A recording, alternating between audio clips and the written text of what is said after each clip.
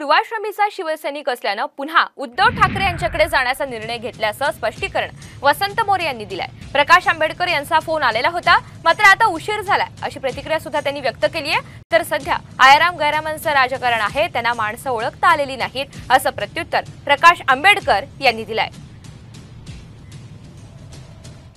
आता मी या भागामध्ये काम करतो, अगदी सुरुवातीचा मी शिवसैनिक आहे।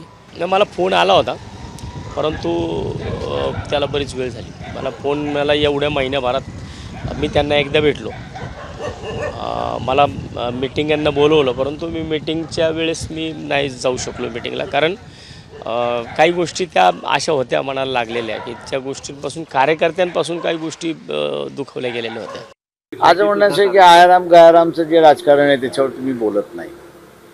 त्याचं कारण असं आहे की प्रत्येकाने आपापला मार्ग ठरवायचा असतो, असं सातत्याने घडत असतात। विकत घेणारी शक्ती जर असेल, ब्लॅकमेल करणारी शक्ती जर असेल, तर या घटना घडणार आहे। तुम्ही असं एक्सेप्ट केलं पाहिजे।